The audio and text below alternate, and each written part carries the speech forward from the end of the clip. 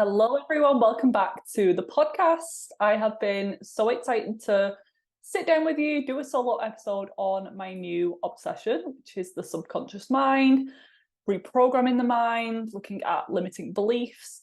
And yeah, I wanted to sit down and share the importance of this for whatever you're dealing with, whether it's a health issue or procrastination at work or relationship stuff, money stuff. You can honestly use these tools for everything, because your subconscious mind actually runs 95% of your thoughts.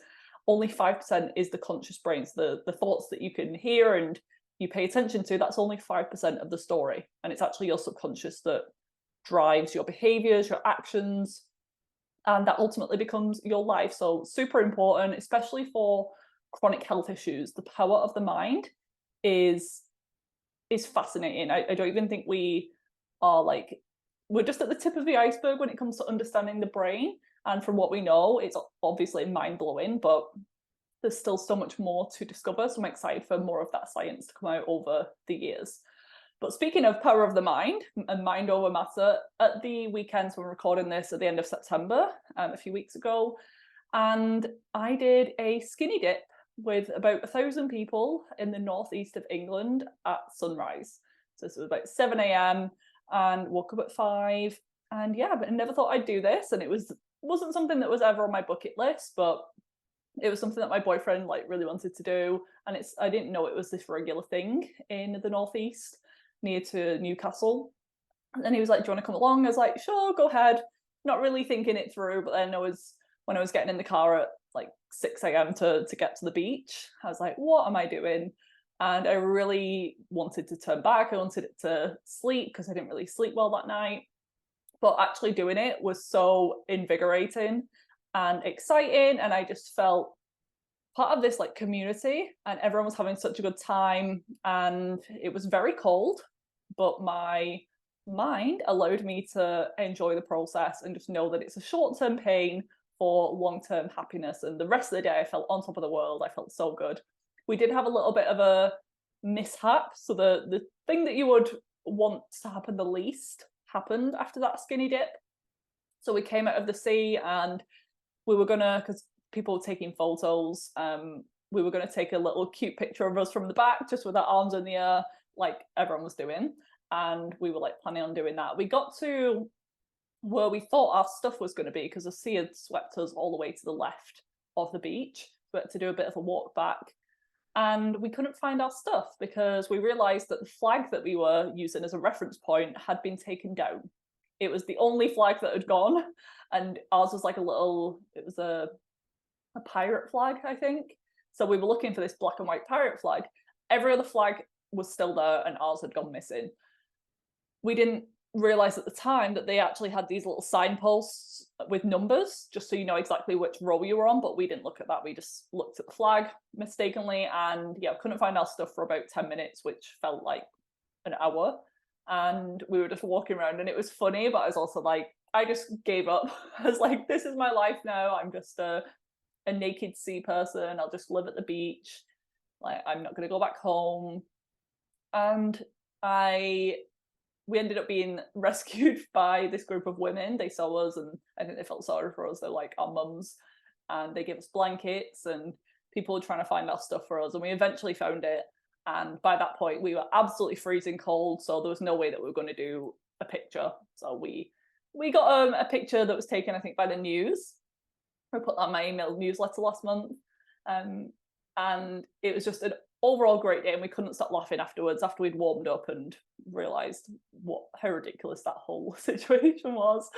And I was actually thinking beforehand, I was like, I hope we don't lose. I actually thought we'd lose our car because the car park was a bit unmanaged, but then it was actually our clothes that we lost, and people thought it was very funny, which it was. But next time I will make sure I know where my stuff is so I can warm up straight away. But that was a classic thing for me of pushing myself a little bit.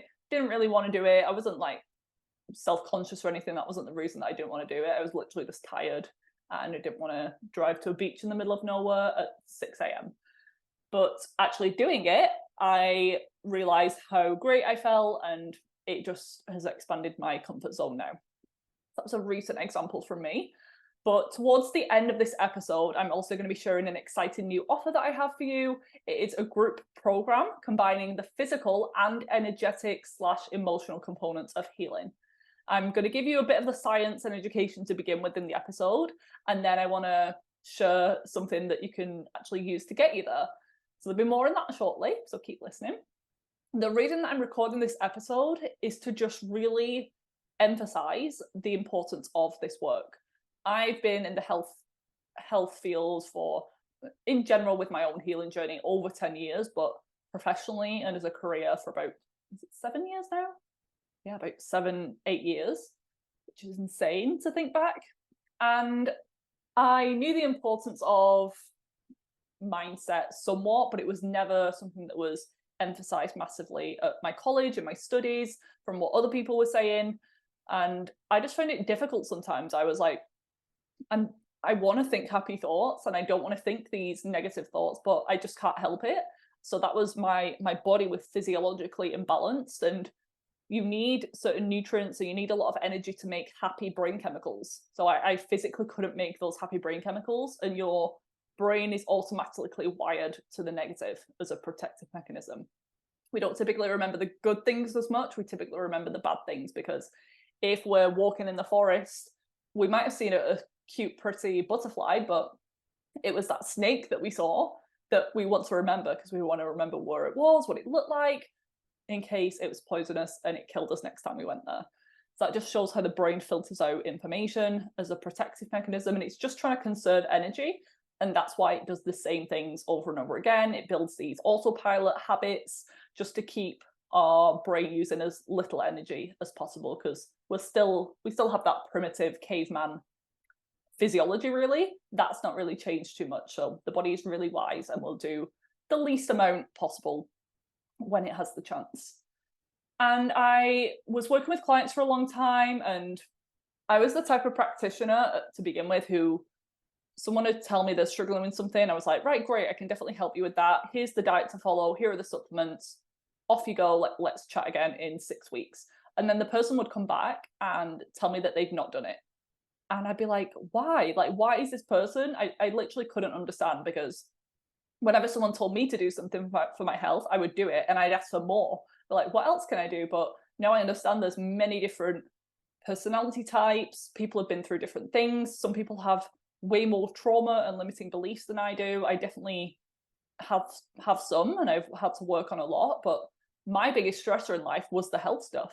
I had a pretty good childhood. I haven't been abused or neglected or anything like that. I haven't had any sexual abuse in my life. So I feel very lucky and fortunate in that. But I would say what I went through with my health was the biggest stress. So that just shows, when someone told me what to do, if I worked with practitioners in the past and they tell me to eat this way or do this, do that, I would do it. I would follow it to the T. Whereas when I would tell that to someone else, I'd try and just give the same type of coaching as I received. That didn't land for a lot of people, and I just couldn't understand why. I was literally giving someone the roadmap and the answers, and they were sometimes choosing not to do it, self-sabotaging, or doing it for 2 weeks and then, quote, falling off the bandwagon. And then the more that I started to look into trauma and limiting beliefs and different personality types, attachment styles, all of these things, I realized that I was just being a bit too blunt, and that works for some people. I still have that side of me where some people do need a bit of a kick up the bum sometimes, and just a reminder that your health is in your hands. I'm not here to fix you. You're going to do the work. And yes, I'm here to support you. But then there's other people who really need that mothering, that coaching, and eventually get to the point where they do feel that personal power. But sometimes it can be difficult based on what they've been through. So I've become a lot more nurturing and less like, Nike, just do it. And then I realized that I just wasn't equipped with the tools to help people with that. I would feel uncomfortable sometimes when clients would cry in a session, because I'm not just a nutritional therapist. Like, when you're working with someone for their health, it becomes so deep. They talk about the relationships and the emotions and the stress that they went through at work, and emotions can come up. But because my training didn't involve any supportive tools or anything to use in that situation. I just felt a little bit uncomfortable, and I felt like it was affecting my energy, and it was becoming quite draining. I would have a day of client calls, and even though I've just been sat at my desk all day and maybe had like 4 or 5 sessions, I would be physically exhausted because I am a bit more sensitive to people's emotions, and that makes me a good therapist in a lot of ways, and it helps me empathize with people, and going through this myself also does that. But I also needed to have a bit of a separation and create this energetic shield around me before some client sessions. If I knew this person was highly emotional, I just have to protect my own health. And I just felt unequipped to help people going through major life changes, transitions, and all sorts of things, motherhood. I just felt like I didn't have any life experience. I was in my early 20s when I first started, and I was working with clients in their 40s, and they're caring for the elderly parents. They've got 3 kids, they have a mortgage, and I just could not relate. So that put me off a long time going down the emotional route. And I started to learn about the importance of somatic healing and releasing emotions, but I just didn't want to work with that because I thought it would be too difficult. I just thought that I couldn't relate to people in that way, and I'd not had enough stress in my life to give advice, which is stupid now, because I know with those things, my job isn't to actually give you advice. I'm not going to tell you to break up with your boyfriend or to quit your job. My job is to ask certain questions so that you get the answers yourself. Or if you're constantly struggling with self-sabotage in your diet or your exercise regime, I want to get to the root of why are you self-sabotaging. So I don't need to give you necessarily advice. And yes, I will support you if you're feeling highly emotional about that. But my job is to actually address the root now of that limiting belief and help you shift that. And it is totally possible. So that's why in 2023, so this year, I wanted to look deeper, and I was looking for a long time for courses or programs or further studies that can help me with that. And just none of them were 100% fitting. I'd see things that were on breath work or purely somatics or like energy medicine, and I didn't really resonate with that. And then I heard about 3 people in 1 week talk about this program called Yes Supply. So I had a look online, never heard of it before, never heard of the founder, Reese.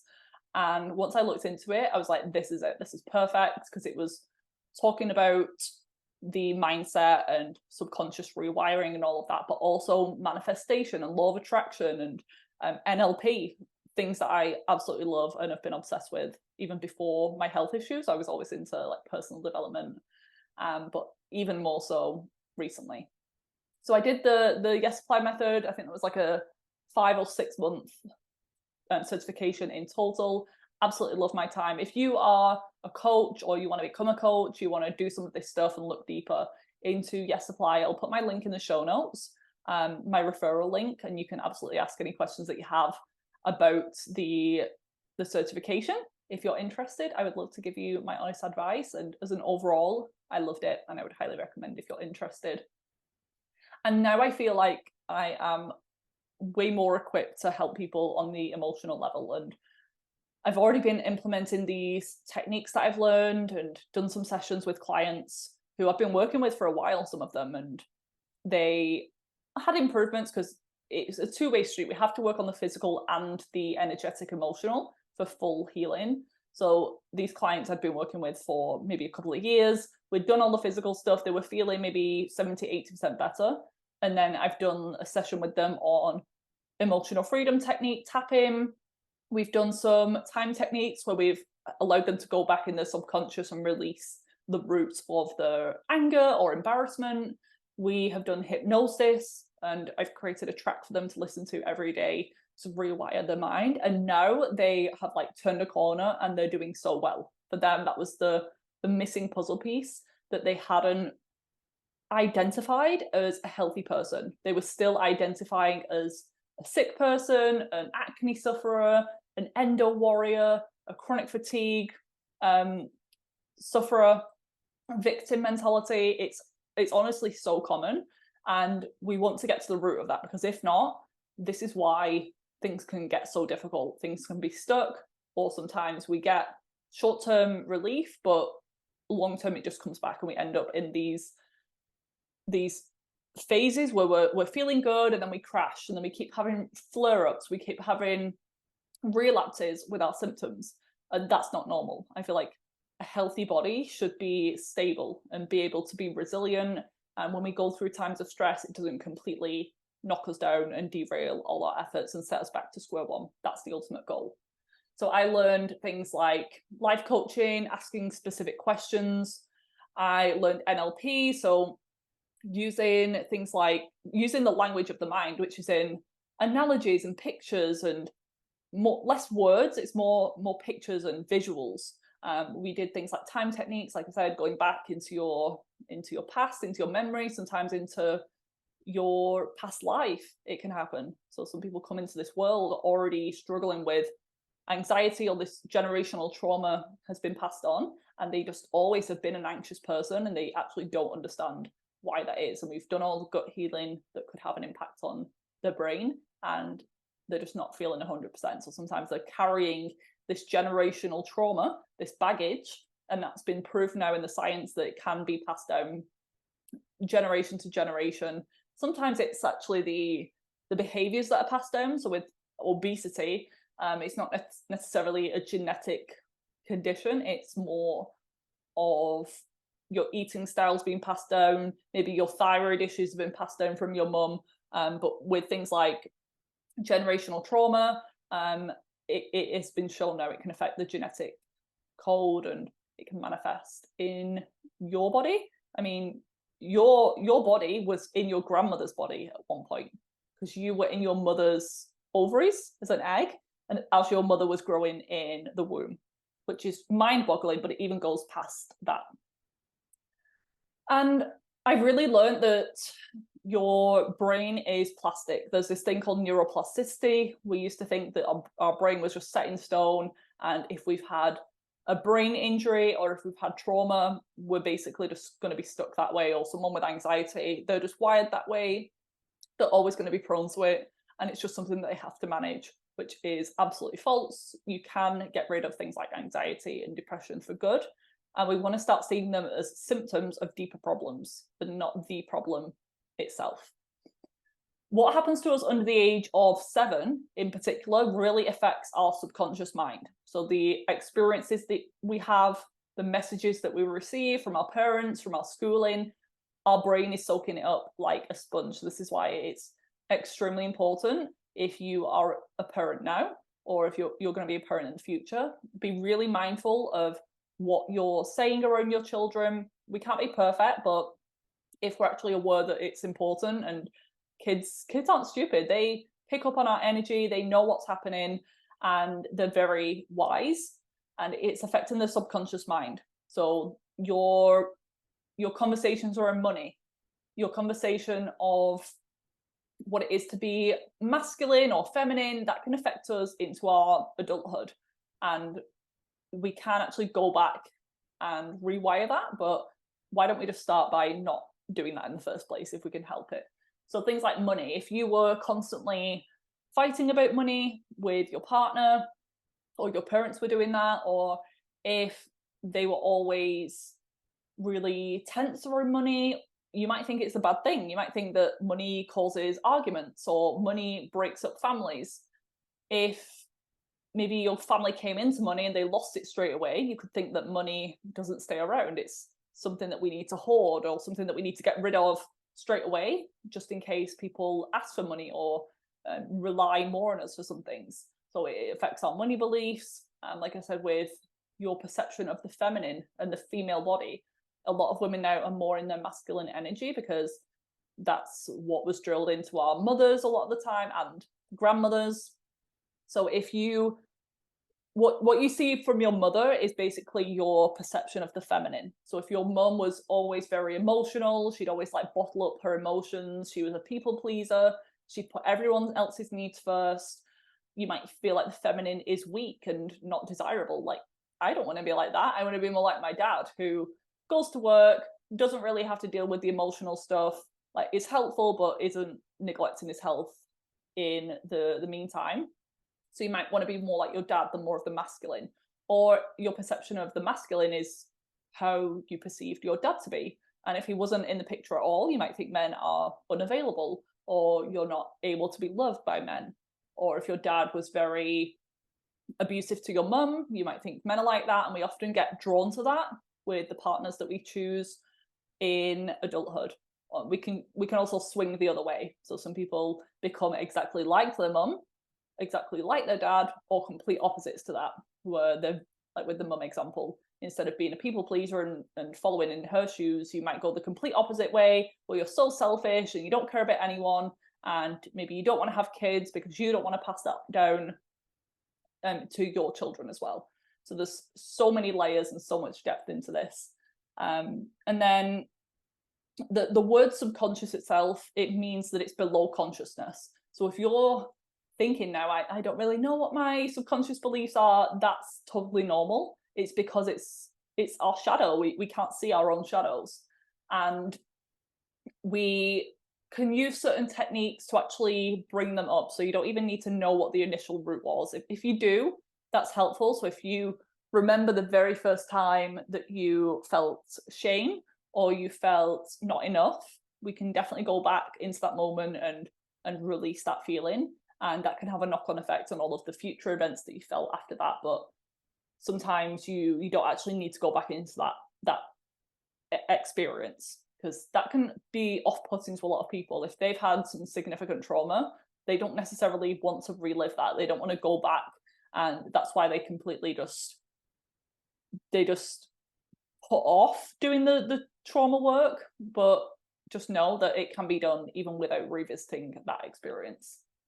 So our subconscious drives our automatic behaviors, and this just shows with things like brushing our teeth. It's automatic. We don't have to think about it. It just becomes second nature, hopefully.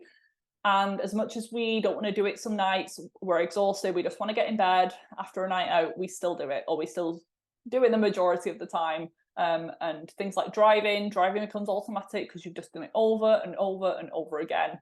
And I'm sure you've had the experience of being in the car and you're not even thinking like where you're going, you're just doing automatically, or you're meant to be going one place but you're automatically driving somewhere else because your subconscious autopilot is in charge in that moment.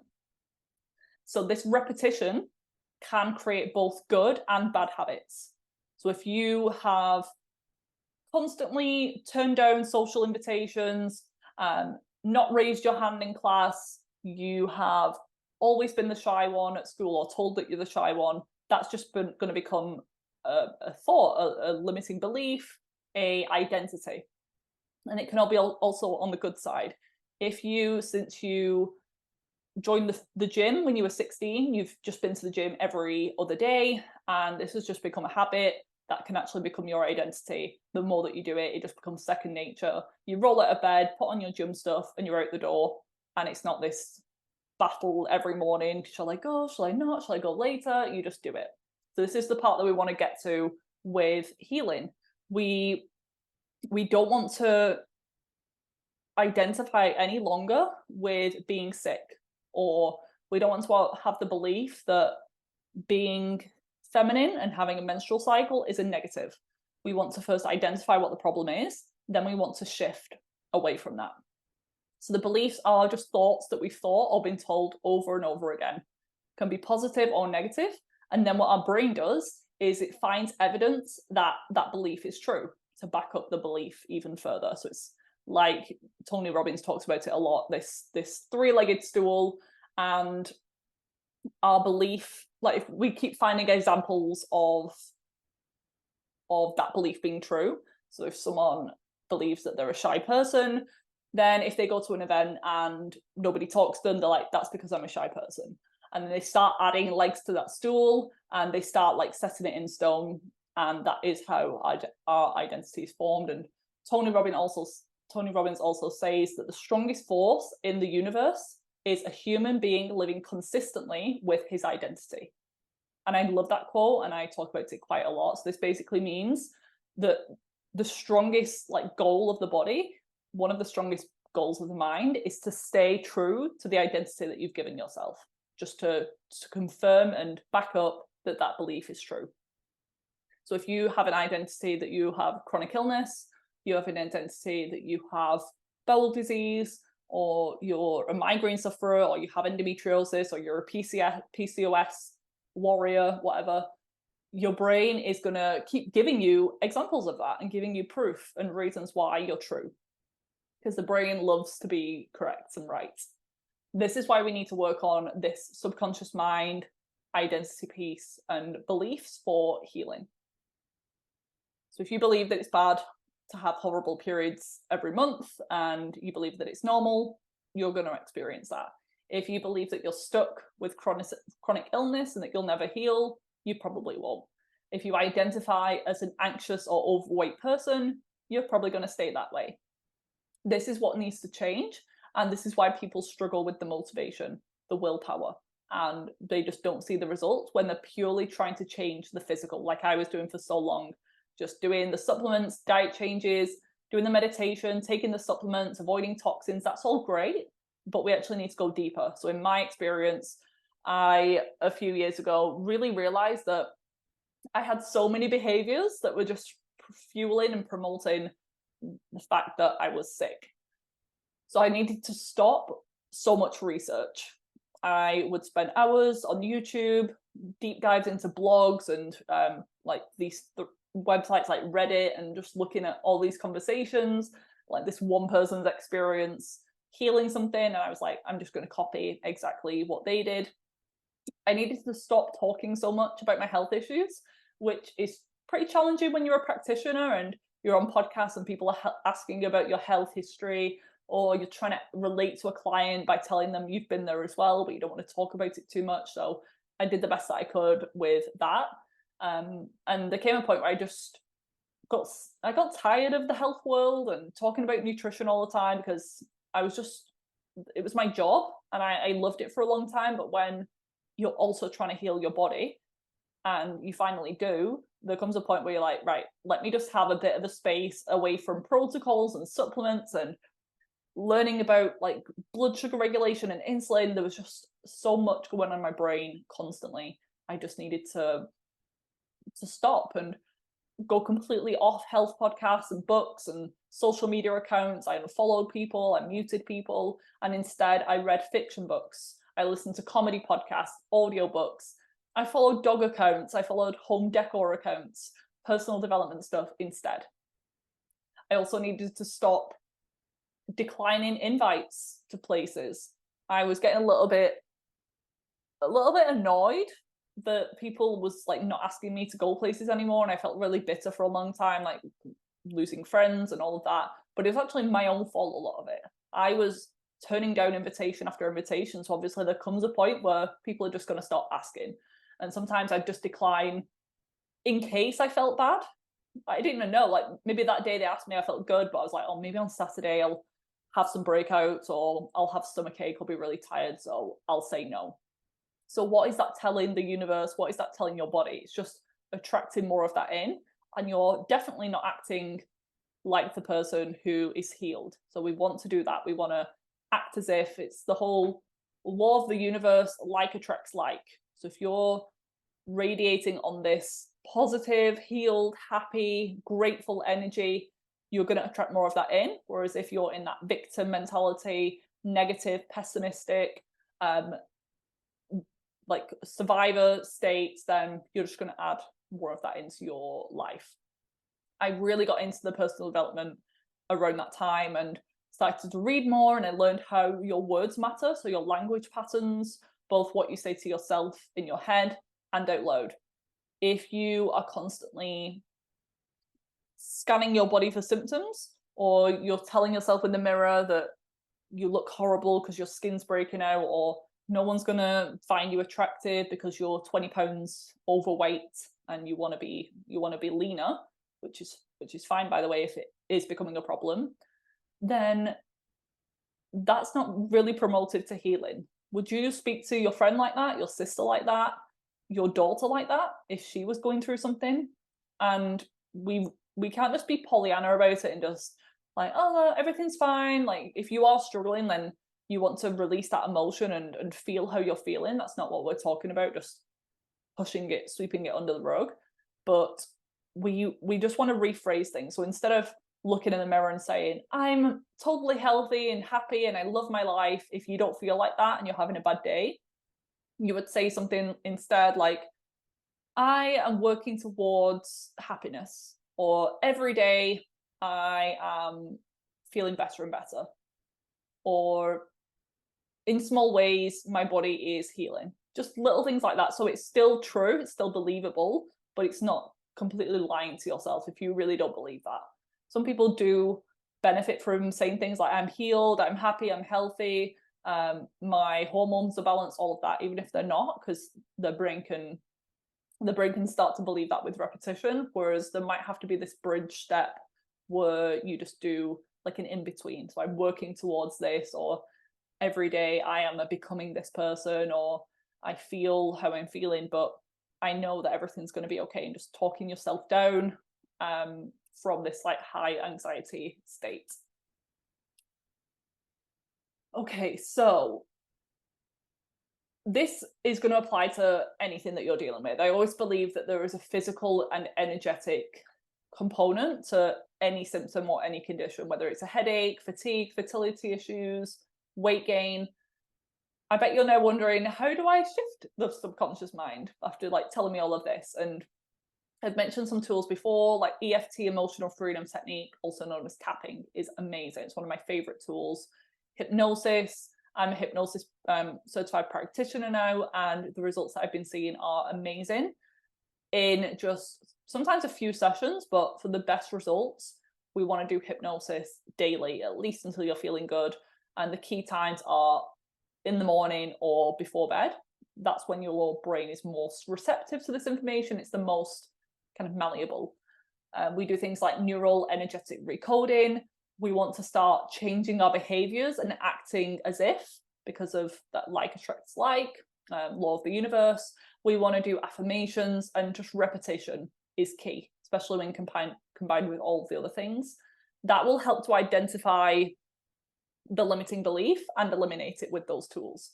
So whether your belief is that you're not worthy, that you'll be rejected maybe if you earn a certain amount, or you finally heal yourself and start dating, maybe you think it's too difficult. Maybe you've just been told that your case is so complex, it's just going to be too difficult, so that's stopping you from taking action.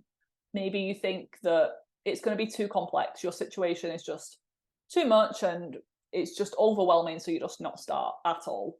Maybe you think you're too old or too young, or you don't have enough money, or you don't have enough resources. These are some of the common roots limiting beliefs that I see with my clients. It could be that you have one of those that you need to identify, or it could just be that you're actually not clear on your goals at all and you need some direction, you need support, you need a plan, because you shouldn't have to do everything alone. We're not designed to just heal ourselves. If something was wrong with your car, you wouldn't try and YouTube and do it yourself, you would take it to a specialist. So why do we expect to be able to heal ourselves? Even me as a practitioner, I'm constantly outsourcing when it comes to my own health, because sometimes you can't see the wood for the trees when it comes to your own body. We need mentors, we need guidance in life, and sometimes we just need reminding that we need to focus on what we do want, not what we don't want. So instead of saying to yourself or out loud, I don't want to have fatigue anymore, just a simple reframe is, I want to have more energy, or I'm working towards having more energy. Instead of saying, I don't want to struggle with my skin anymore, you'd say, I want clear skin, or I'm achieving clear skin. And if this is the type of stuff that you're needing, I am so excited to announce for the first time on the podcast, I think, that my brand new 6-week group coaching program is due to start in just a few weeks' time. And I am looking for 10 beta testers to join me on this first round. There have already been spaces taken. So I think there's going to be spaces when you're listening to this. Double check. There'll be a link in the show notes for you to message me on email or Instagram. But yeah, by the time I'm recording this at the end of September, there's a few spaces already been taken. And it's called the Restoring Energy Program, also shortened to RE-Program. And this is going to be focused on restoring your female body on a physical and energetic level. And that's why it works both ways as well. So I've been talking about how the brain affects the body, but the body can also affect the brain and the mindset. As I said before, I couldn't have positive thoughts when I had toxic mold and I wasn't detoxing. So this is why it needs to be a two-way street. So I'm going to share the physical things that are important, so how to detox and how to like balance your plate and balance your blood sugar, but then all of this energetic, emotional mindset work. So this is going to be a fraction of the cost of my one-to-one package. So it'll be one payment of £655, or if you want to do a payment plan, two payments of £350. We're going to start the very first live call on Wednesday, the 18th of October at 7 p.m. UK time, which is 2 p.m. EST. And then the calls will be every week at the same time until the 22nd of November. So I just think it's a perfect time just to finish the year off on a high. If you've been struggling all year and maybe you're thinking I'll wait until January, but we all know how that goes. We do it for 2 weeks and then people don't stick with it. They don't commit. They don't make that identity shift. So just an example of what we're going to be covering in the calls. The first week is very much on mindset. So identifying our limiting beliefs and getting really clear on what our goals are. Who is our future self? Who is our healed, happy, healthy version of us? What are we doing? How are we living? And how do we want to be acting? So we start to get into that mindset and start to shift away from that mindset of I'm broken, I'm a victim, I have these chronic health issues, to I can heal, this is possible. And obviously my experience, I am your biggest cheerleader and I know that it's absolutely possible. Second call is going to be on healing routines. So we're going to talk all about morning and evening routines and blood sugar balance and frequent eating. So having regular meals throughout the day. Call 3 is on the feminine nervous system. So how to calm and rewire our nervous system to get us into that place of parasympathetic rest, digest and heal mode. We're going to be talking call 4 on detox, so how to physically and energetically / emotionally detox. Number 5, call 5 is on the gut feeling, so talking about gut health, that gut-brain connection, how to improve our digestive health. And call 6 is about integration, so becoming that version of you. Everyone's dreams are a little bit different, but yeah, I'm sure you're all wanting regular menstrual cycles that are pain-free, you want energy, you want to have a healthy sex drive and clear skin, like luscious hair. So I know the general goals of you ladies, but yeah, I'm sure we can go a little bit deeper with that. There'll also be a ton of resources, additional education, course content between the calls. So I'll give you specific action steps for you to be following. And you get a personalized session and plan from me. So you will get a 60-minute call within this price as well, which I think is one of the biggest selling points. So this will give you a chance to ask any specific questions that you have about your condition, your health. If you want to do a deeper mindset technique together, if there's something that we can't fully get to on the group call, because that's just going to be a little bit more general. If there's something really specific that you want to work on with me, we can do that in the one-to-one. Or if you have some lab results that you want to go through, we can go through that in the call. And you're going to receive a personalized supplement protocol. So when you tell me what you're dealing with health-wise, what your symptoms are, I'll formulate a protocol for you to follow for a few months with supplements. And I'm going to record a personalized hypnosis track as well, which will be based on your unique goals.